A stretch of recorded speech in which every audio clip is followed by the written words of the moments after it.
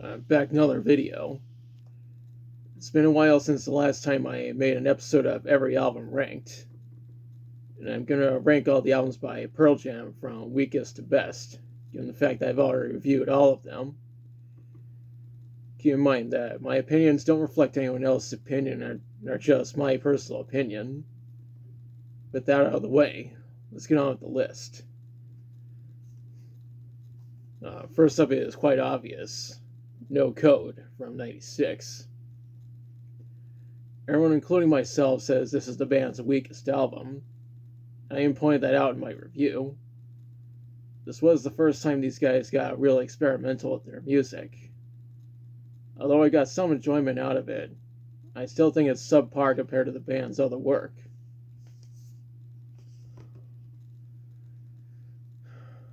Next up is Versus from '93.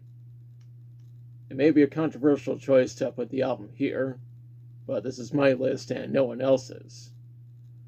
I do appreciate that these guys went for a raw sound with this album.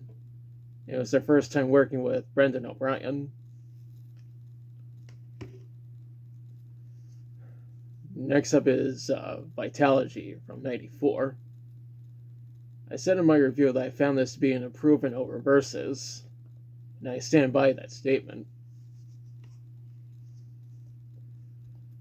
Moving up, we have Lost Dogs from 2003. This compilation of B-sides and rarities, and I think more artists should have released these kinds of albums. I don't know if it's a controversial choice to put the album here on the list, but I just had to put it somewhere.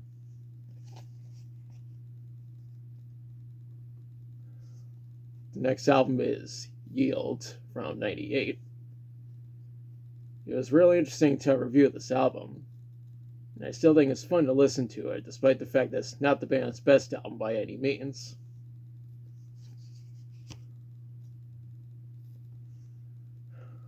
Moving forward, we have the band's self-titled album from 2006.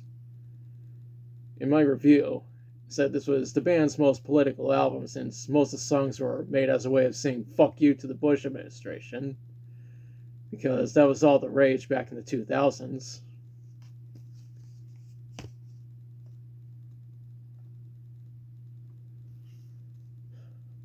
The next album is Backspacer from 2009.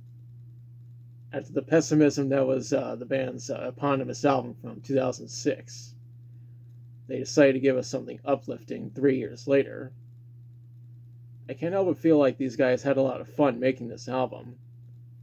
I like when bands have fun making music because we all need something uplifting in our lives every now and then.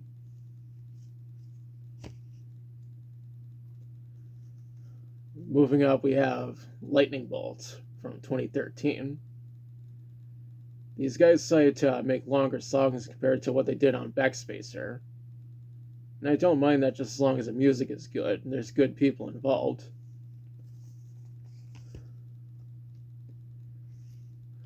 The next album is MTV Unplugged from 2019. My 500th album review focuses on this album.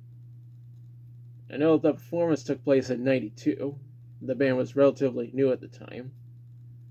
The songs translated quite well to acoustic.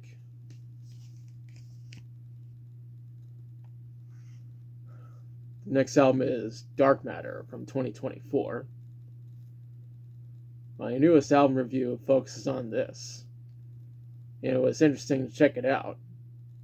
I personally think it was a smart decision for Eddie Vedder to choose Andrew Watt to produce the album. I even included on my list of the best albums of 2024.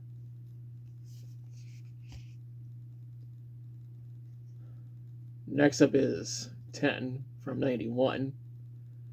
Some viewers probably thought I was going to put this at number 1 instead of number 4, but I don't give a shit. I even stated in my review that some people think this is the best Pearl Jam album, and I disagree because these guys have made albums that are better than this.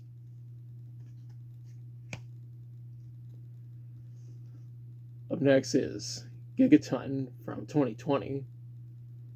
Yes, I do find this to be better than 10, so there's another hot take for you. I even chose this as number one on my list of the best albums of 2020, and I still stand by my statement. And I still stand by my statement about this being some of the best material to come from these guys.